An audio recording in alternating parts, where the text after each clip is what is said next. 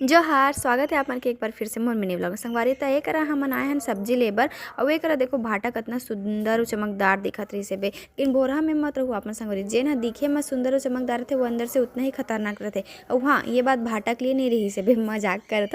भाटा में सबसे ज़्यादा पेस्टिसाइड्स के छिड़काव होते संगवारी, तेकर से वो सुंदर और चमकदार दिखते, तेकर से भाटा ला देख के लू। और फिर हमन ला ठंड के मारे चाय पी के चिलुक लगे तेकर में चाय पी हमें नहीं मोर संगवारी पी से।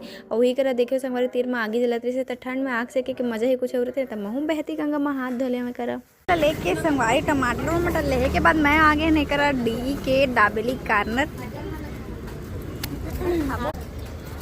खड़े होके नहीं खाना चाहिए। ये इसको हटा देंगे ना। कौन बोल रहे हो खड़े हो? आज मैं पकड़ी है ना खड़ी। क्या बात है भैया, सबले पहले मोलदी से ओ दे पूजा तो ले ले ले दिख ये दे